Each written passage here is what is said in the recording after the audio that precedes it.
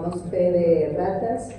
Tenemos la preocupación de la refundación de la relación del artista con el cuerpo, un asunto de figuración del yo, una pregunta, un permanente cuidado por ser copresentes con lo real y de tratar de habitar el mundo más que imaginarlo. Muero. Teatralidad de la escucha, coralidad y ruidos humanos. Abran los ojos. Pero es tan importante abrir los ojos como cerrarlos.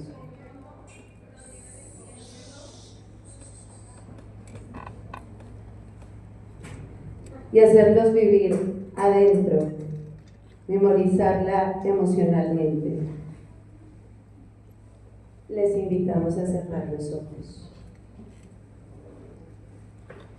Calidrama nos invitó a mirar dentro, adentro, ya que yo somos muchos, modalidades discursivas que crea gramaticalmente una persona diferente 60 veces uno a la vuelta del tic-tac de un reloj que gravita, porque avanzan los que no gravitan. Mientras tienen los ojos cerrados, les invitamos a inhalar y respirar de manera profunda, coral y sonora 10 veces.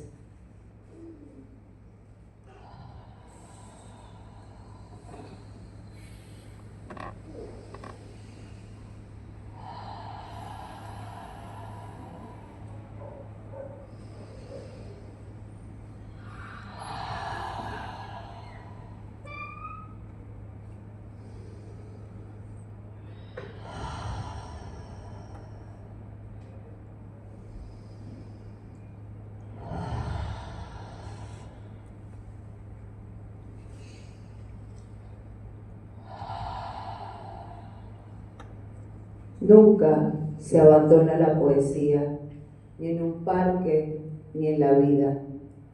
A retazos, una teatralidad que aún pende de nuestras manos. Fe de ratas, ni yo, ni tú, sino el entre.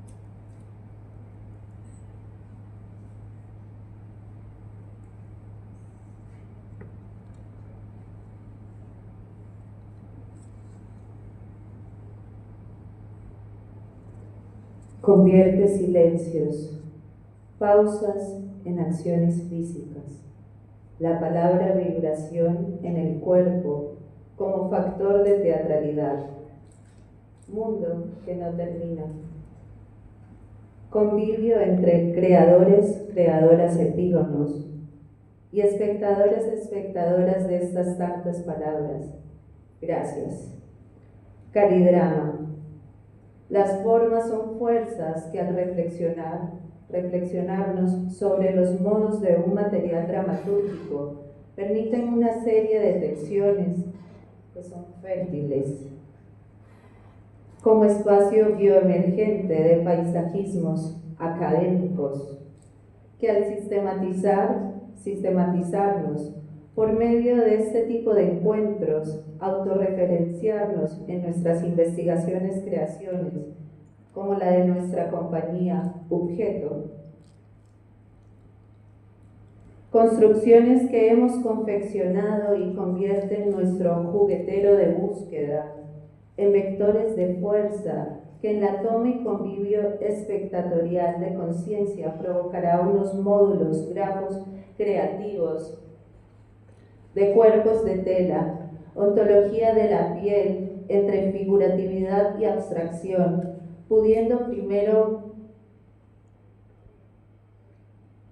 poder comprender esa obra en el que solo uno es emisario.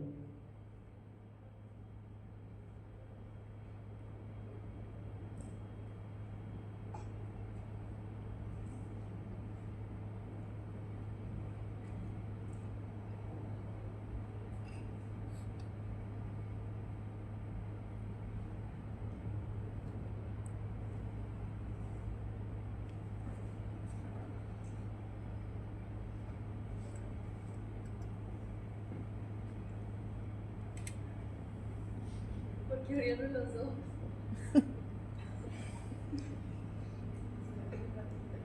Sí, ciérrenlos por favor.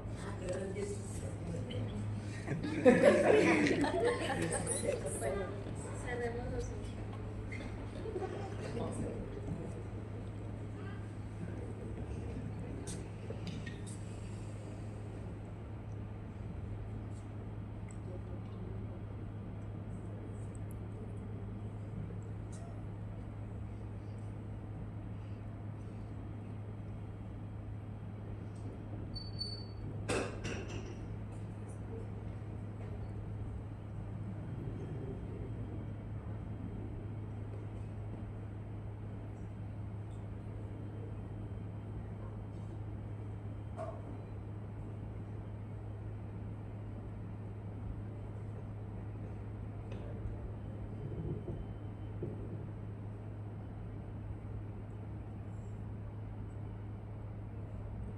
Como de la necesidad intersubjetivada en una creación a varias manos a base de las enciclopedias personales, al cuestionarnos la especificidad del personaje teatral que ha dependido menos de su materialización escénica al plantear en su fabricación teatral preguntas a su representación.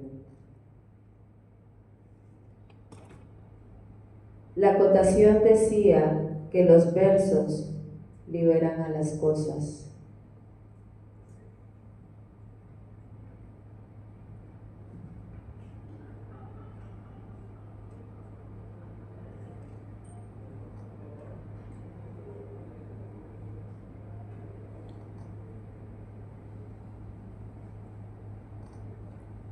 Que cuando percibimos la poesía de una piedra, liberamos a la piedra de su piedridad. Salvamos todo con la belleza. Salvamos todo con la literariedad. Miramos un ramo muerto y él florece. Solo se había olvidado de quién era. Tenemos que liberar las cosas. Ese es un gran trabajo. Por eso, jamás la acotación dejará de susurrarnos a su lado, con metáforas en la garganta intercambiando inutilidades. Parpadeo y suspiro comillas al maestro Barrientos. Esta inmediatez del drama es la que determina la estructura peculiar de la obra dramática, que radica en la superposición de dos subtextos nítidamente diferenciados que van alternando en la línea de la sucesión textual, los que denominó texto principal y texto secundario o complementario.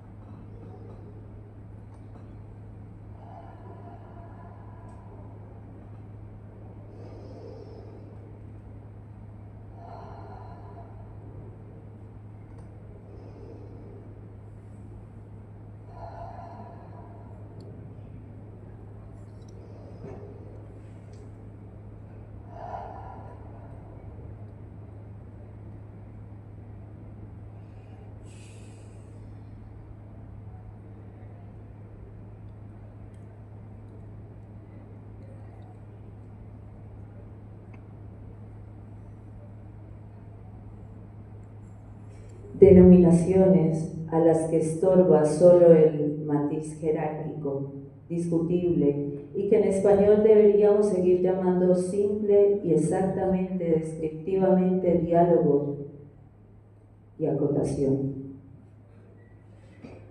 Los rasgos en los que puede verificarse la inmediatez enunciativa de ambos se resumen en el estilo directo libre, es decir, no regido por voz superior alguna, de los diálogos y el lenguaje necesariamente impersonal.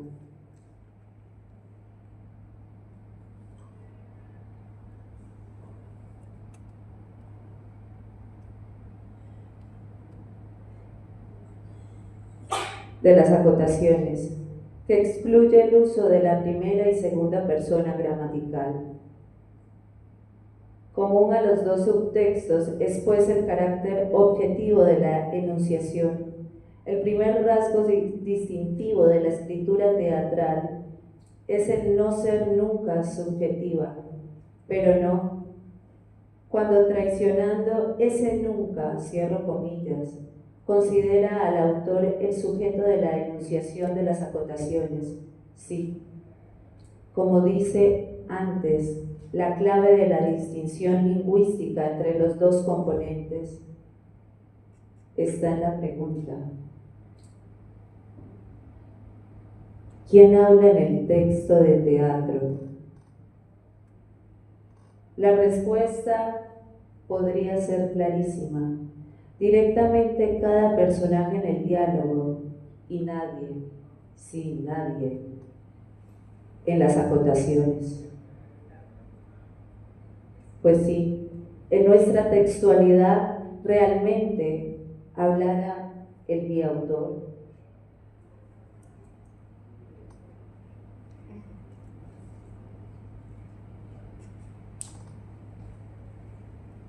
En las acotaciones como impersonaje.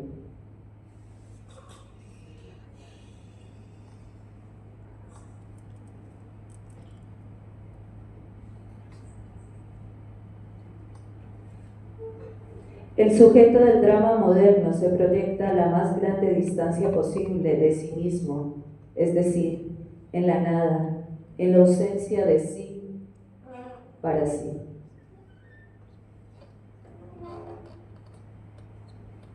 A un retiro de sí en el que se trataría no de despersonalizar, sino de impersonalizar al personaje, ese periplo permanente de la no conciencia consigo mismo del personaje del teatro moderno, no el parlateo de la identidad social, sino de la muda ausencia de identidad personal.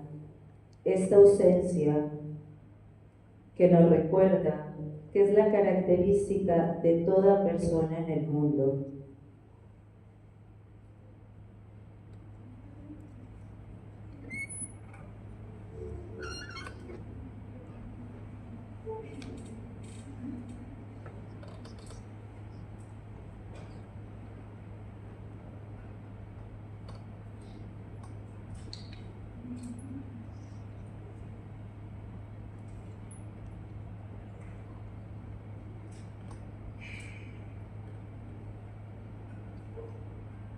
Habiendo, como hay obras sin diálogo, que constan solo de acotación, tendremos que decir que solo tienen contexto o paratexto, no texto, cuando aquellos conceptos solo cobran sentidos referidos a este.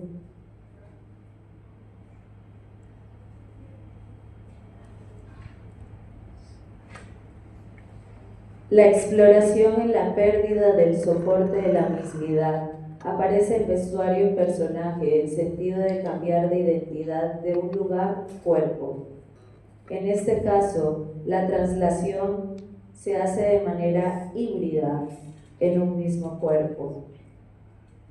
En el vaciamiento de lo presentado y representado, posibilitará a la actriz, al actor, donde la voluntad reside fuera de sí mismo, la sensación corpórea de ipseidad. Se hace manifiesto en que la ipseidad y la mismidad, esto es, lo variable y lo permanente,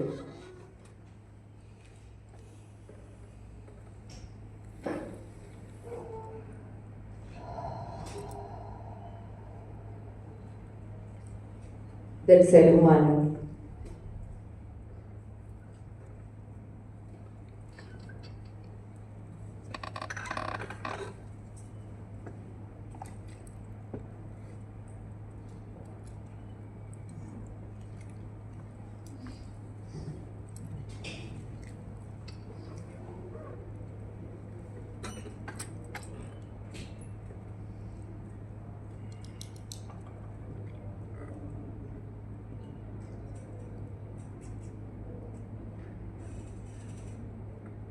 Sus aspectos constitutivos y por ende su identidad.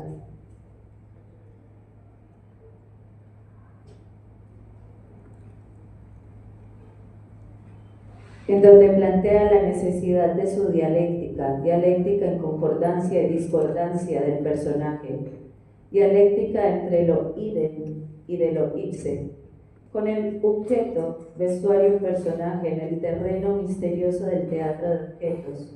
Son estos ejercicios de objeto autónomo y sujeto intermediario.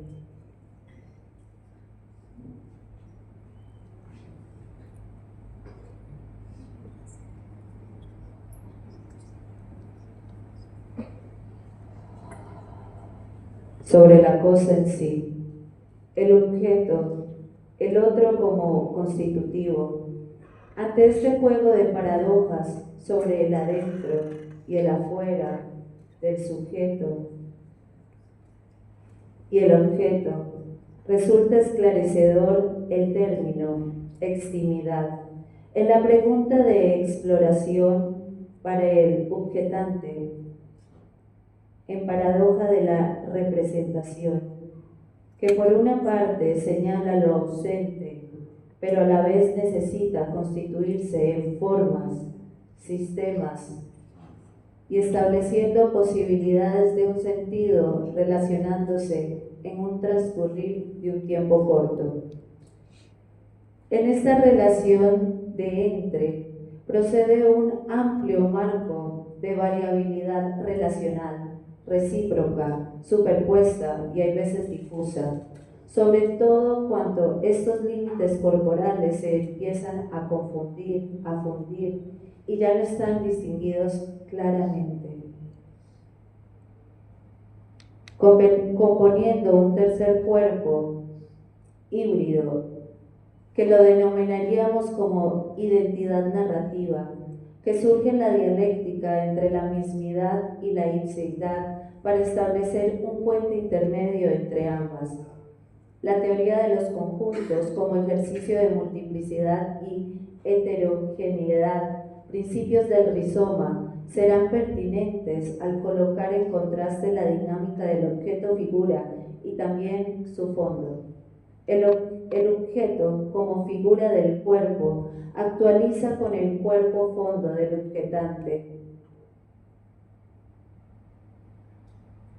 donde la hipótesis a indagar sustenta al objeto por sí mismo constituido como un todo posible al propiciar un estudio de traslación de los cuerpos como cuerpo. Rizomáticamente hacia un punto de cruce y entrelazamiento para el análisis de los hitos encontrados en la creación sistémica de su génesis epistémica.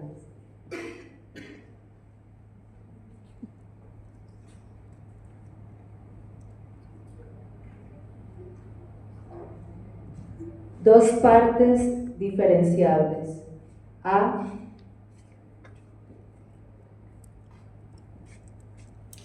y B. Una amplia gama de variaciones intermedias, A, abro paréntesis, AB, cierro paréntesis, B.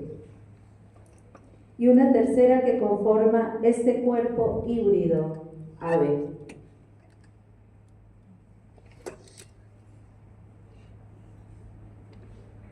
En presencia de nuevos modos de contar que desautomaticen la linealidad y causalidad.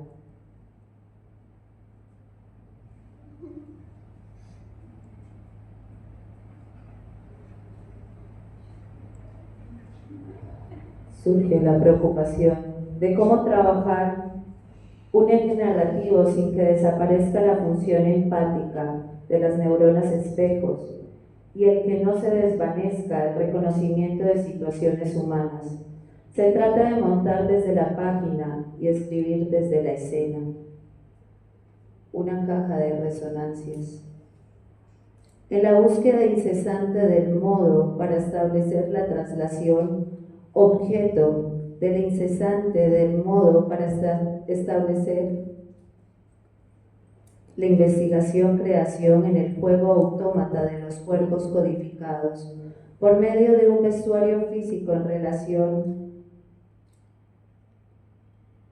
como objeto. El rostro humano parece ser el más elaborado elemento comunicacional no verbal y por tanto también de fabricación no verbal. El polílogo permitirá al vestuario un personaje que denominaremos Bubu, no ser, la inclusión en los discursos de este personaje mediante o por medio de acotaciones imposibles que contengan la percepción in situ, espaciales,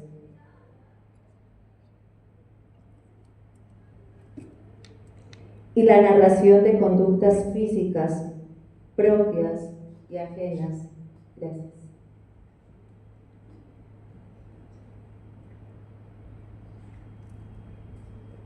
Que antes era observado paratextualmente entre códigos verbales y no verbales, por medio de un textículo con 21 reiteraciones, iteraciones de estos o de gestos para nada, convocando a nuestros imaginarios a los monstruos del ensueño, a la cabecera de la vida humana.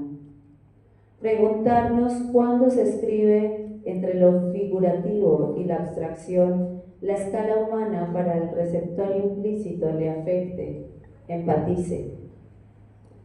En la contemporaneidad presentamos una subvaloración del texto dramático, la escena como pretexto de lo no dicho.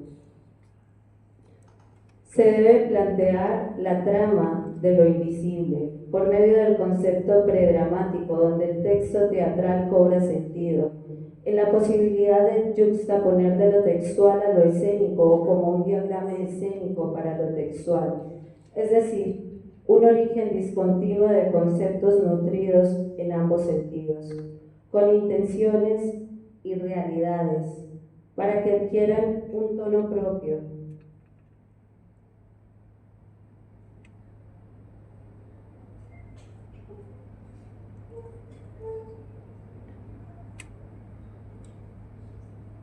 Una identidad de criterios sin dejar de lado que se constituye como una obra literaria, como una partitura y como documento que nace de una escenificación, siendo el nexo directo entre conocimiento y el universo figurativo abstracto al que intimamos, entrelazando términos y significados, dando unidad a los fragmentos. Un sistema basado en el principio de retroalimentación, en el que el texto propone unas estructuras indeterminadas de significado, donde el lector la rellena con su propia experiencia.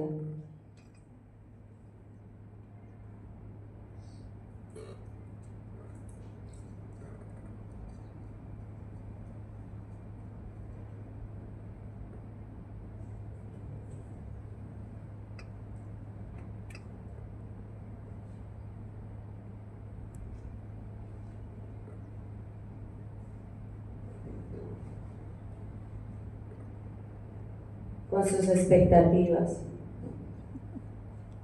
Adoptamos la fase de diseño y la estructura de efectos que propone la dramaturgia de la recepción, creada por José Sánchez Sinisterra, en el que el espectador procede de lo real y que debe ingresar en ese tejido ficcional que constituye la obra artística abro comillas, entre, cierro comillas, un plano de lo real y de lo imaginado, replicando la metáfora de Sanchis, en el que leer teatro es poner en escena.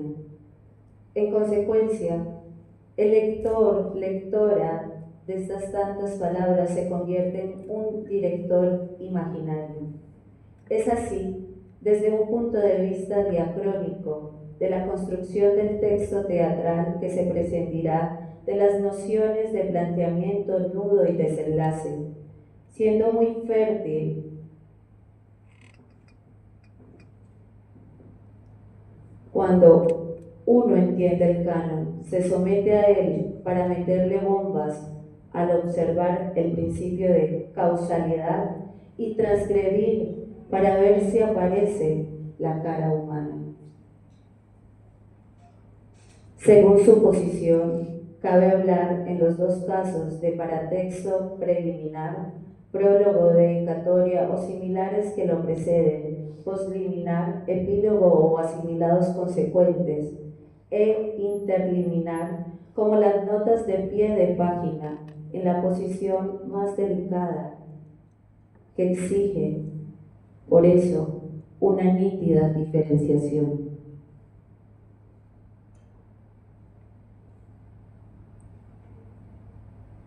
El paratexto autorial ofrece un adecuado campo de contraste con las acotaciones. El autor, es verdadero sujeto de la enunciación del prólogo, el epílogo o las notas que haya querido añadir, y podrá hablar en ellas en primera persona o no, pero según una libre elección estilística, lo decisivo es que puede hacerlo. La cuestión en qué consista el supuesto código de la literatura al que hemos dado en llamar lengua literaria se plantea partiendo tácticamente de la hipótesis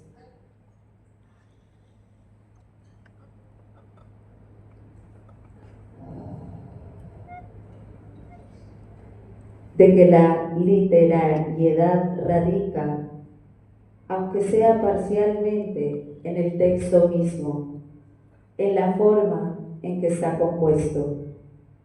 La poética lingüística toma como objeto de estudio no a la literatura, dominio empírico de límites poco precisos, sino la literariedad definida como lo que hace de un mensaje verbal una obra de arte.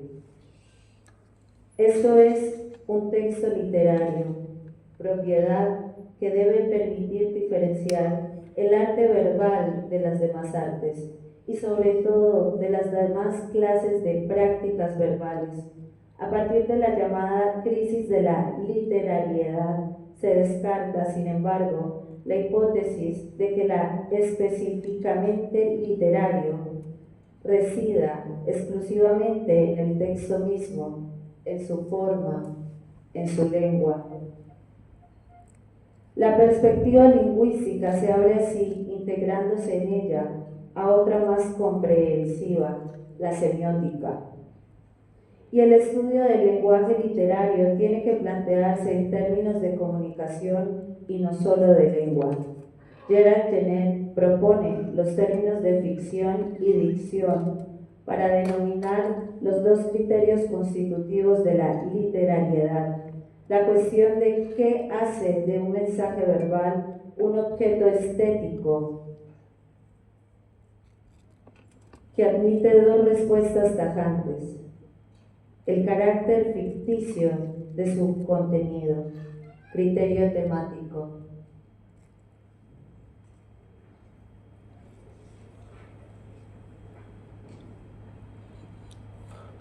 o la calidad de su dicción. Esto es, de la propia elaboración lingüística del mensaje, criterio formal o remático. Poemas, acotaciones espaciales que utilizan solamente interacción de palabras. La composición espacial de esta palabra en la página suponía el significado del drama, Tomaron el concepto concreto figurativo en un sentido arquitectónico, un material estructural y sus infinitas posibilidades expresivas, dando importancia al sonido y a la escritura o a la poesía visual, esbozando al impersonaje Joviel como un arquitecto o diseñador. El impersonaje Joviel objeto tendría como objetivo concreto el mínimo común denominador de la lengua, la tensión de las palabras cosas en el espacio-tiempo y la utilización del silencio como determinante del espacio y del tiempo. Preocupado de las propiedades constructivas de la poesía y sobre todo de la voz como aparato, la voz y la presencia del biautor, biautora, la performance, la acción, la música o el sonido, pero siempre sin abdicar a las virtudes de la palabra, puesto que su origen está en las propias fuentes del lenguaje.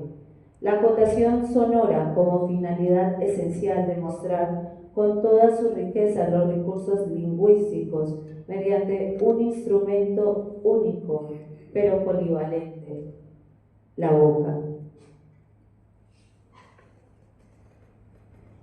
En consecuencia, asir al ente teatral a partir de sus acotaciones es por un lado identificar cuáles identidades ficticias se construyen en el curso de la palabra, según qué modos enunciativos, qué funcionamientos narrativos y, por otra parte, tener la mesura concreta de sus implicaciones visibles, cuestionarla sobre lo que aparece como acción vacía fragmentaria y según qué régimen de teatralidad. La visión panorámica que medirá los fenómenos más significativos está hecha por el trabajo que hoy han hecho ustedes, lectores y lectoras de estas tantas palabras. Y en medida como glosario para el lector, lectora especializada, que es la actriz o actor en compañía. En este caso, Luna Gaviria Oviedo. Al abrir los ojos en la aventura de oír calidrama, tejido sin agujas, a ustedes, poetisas y poetas de la insipidez, Fede de Ratas les brinda un homenaje y agradece su canto sobre todas las cosas al brillo frágil de los libros. Muchas gracias.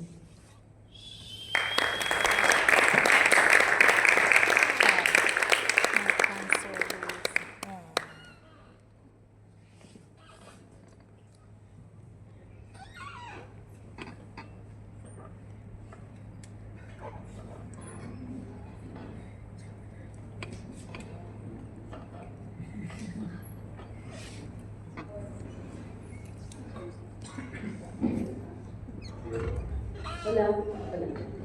Bueno, muchísimas gracias. Gracias a todo el público que participó. Bueno, entonces damos comienzo a el conversatorio.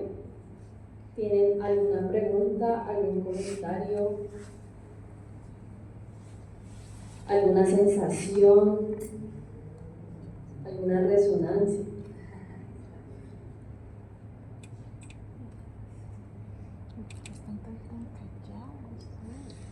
Yo un comentario. Es que me pasó ayer que estaba en el taller con la maestra Leticia de escritura y es mi primera vez que yo estoy en un taller de escritura. Y nos propuso escribir un monólogo. Y mi monólogo eran puras acotaciones. Y ahora que tú estabas leyendo, le diste un tremendo valor a eso de las acotaciones, entonces me volvió la fe. Me volvió la fe, o sea, como que es otra posibilidad, o sea, como que no es una única posibilidad, sino que hay infinidad de posibilidades de escribir. Y pues eso, como que mientras ibas leyendo, yo agarraba como algunas frases que me conectaban con imágenes, me conecté con esa experiencia y me pareció pues como un ejercicio interesante de escuchar, de poder escuchar con tranquilidad, sin estar esperando como particularmente que suceda nada, a pesar de que sí está sucediendo algo. Están sucediendo muchas cosas. Gracias.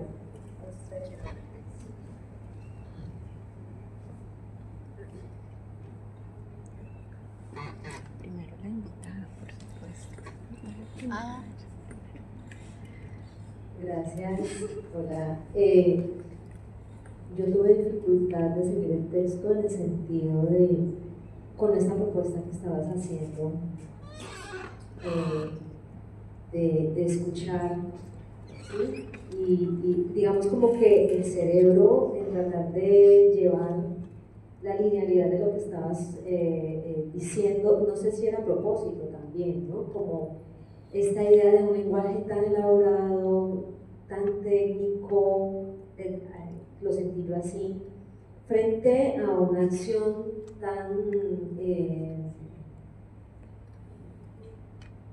como que apela tanto a la sensación, esa idea de ir, de escucharte, y luego cuando uno se ponía el aparato, yo estaba como muy pendiente de poder escuchar el corazón, no lo podía escuchar, pero sentía la vibración, ¿cierto?, de la resonancia de tu cuerpo cuando hablabas, ¿no?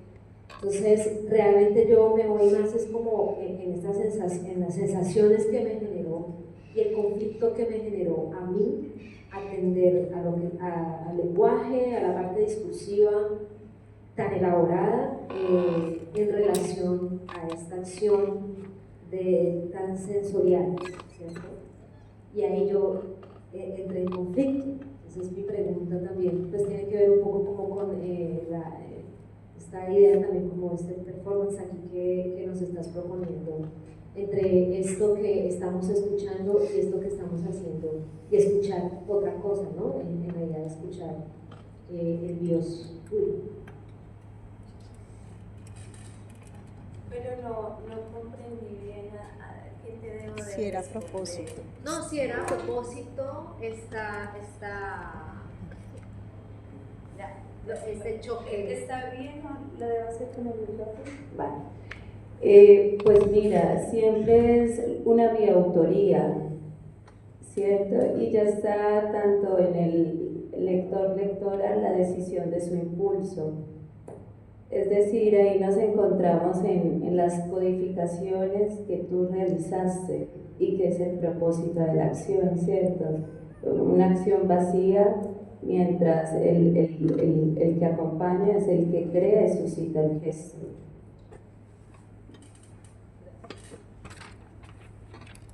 Pero la intencionalidad es que habitemos el cuerpo. Y si en ti hubo un conflicto, está bien, estabas desde la estesis, primaba sentir, ¿cierto? Más que razonar. Kelly, muchas gracias por el ejercicio que acabas de hacer. Para mí también fue difícil al principio solo escuchar. Entonces lo confieso, hice trampa y abrí los ojos y vi lo que estaba sucediendo. Entonces me pareció muy interesante porque justamente eso es lo que pasa con el texto dramático y las acotaciones, que cuando ponemos en escena, las acotaciones, entre comillas, desaparecen. Entonces nosotros como espectadores estamos casi siempre en ese lugar en el que nos puso Kelly al comienzo, ¿no? Bueno, yo sé que todos hicimos trampa, no vengan a decir que fui la única, ¿cierto? Pero eso me pareció muy interesante, como ese ejercicio de, no sé cómo decirlo, como de voltear un poco la torta, digámoslo así, un poco. Y también esa idea, no sé si era por la manera como leías, como también siempre está todo el tiempo una reflexión sobre qué es el personaje en esa relación, y vi el autómata, ¿no? Entonces, como esa especie de autómata que está construido no por los elementos que de pronto pueden ser tuercas, tornillos, etcétera, etcétera, sino un autómata construido por las palabras. Me pareció muy interesante cómo esa acción tan simple y ese ejercicio de cerrar los ojos y de dejarnos tentar, de abrirlos, de no abrirlos, etc., también provoca unas lecturas distintas, ¿no? unas percepciones distintas, unos entendimientos distintos, pero también, como decía ahorita Patricia, una comprensión del oficio muy diferente. Muchas gracias, Kelly.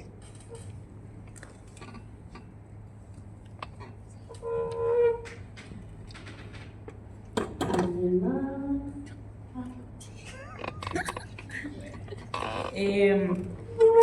De alguna otra forma yo he seguido un poco tu trabajo y como todo lo que aconteció, esta gran performance, por así decirlo, fue muy nutritiva. También hice trampa, pero más que trampa por la trampa es porque quería ver qué pasaba y cómo reaccionaban un poco los otros cuerpos. Me llamaba mucho la atención cómo hablabas de la acotación como todo un acontecimiento, porque ahora que yo estoy más hacia el cine, pues en el cine uno pone muchas acotaciones en el sentido de que son indicaciones del director tanto para set como para todos los que estén ahí.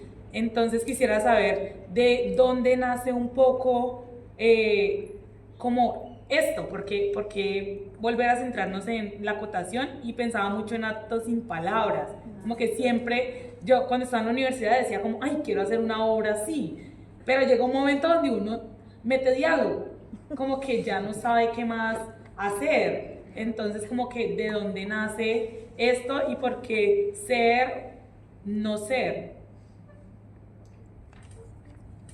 Bueno, ahí hay varias preguntas, las voy a ir realizando. Estos son excusas de proceso, porque hemos tenido la fortuna, el grupo se creó, se consolidó como un grupo de investigación-creación desde la necesidad de la maestría en dirección y dramaturgia de la Universidad de Antioquia, en la cual necesitaba generar un proceso, y me gusta lo que mencionaban las maestras, un proceso constante. Entonces, ¿qué más que eso sea una provocación de montaje, pero que sea investigativa, ¿cierto? Entonces, esa fue como la primera excusa. Y a partir de ahí trabajo mucho como directora y dramaturga la enciclopedia personal de la compañía. Y con ello pasó algo muy particular en el proceso de investigación, es que yo vengo de otro objeto de estudio, que es el diseño de vestuario, no propiamente del teatro, y generalmente mi elaboración escénica parte primero del texto y luego hago las figuras, los figurines, ¿cierto? Y esta ocasión fue diferente. Bajo la enciclopedia textual de las actrices y actores que ahorita están en la puesta a relieve de la obra que se llama Textículos y otros gestos para nada, con Luna llegamos a Cubo. Yo soy más del papelito que de las intermediaciones. Entonces, este vestuario y personaje empezamos a encontrarnos en los nombramientos y cómo iban apareciendo la concepción de vacío, porque es una búsqueda de la construcción de un espectador, ¿cierto? Y cada, lo vamos a decir así, cada figura, figurín, me lanzó desde la teoría de comunicación, pasándola al diseño, que yo me ayudo mucho en la escritura con el concepto ortotipográfico, empezar a ver otras posibilidades no verbales desde la lingüística, ¿cierto? Por eso todo el concepto de la poesía desde allí, desde lo que brinda el texto, desde los cánones. Y ya cada vestuario personaje nos empezó a lanzar una línea de trabajo, en esta ocasión Bubu, que sería la acotación, desde acotaciones imposibles, como lo denominaría el maestro Barrientos. Ser y no ser, esa es la cuestión. No sé, tengo una problemática con el yo por lo que observan de mismidad, ipseidad. Es una gran pregunta sobre la intersubjetividad, la cuestión de la constitución del yo en una época posmoderna. Por eso la palabra objeto. Sí, son ideas como vagas que se me vienen a lo que me preguntas.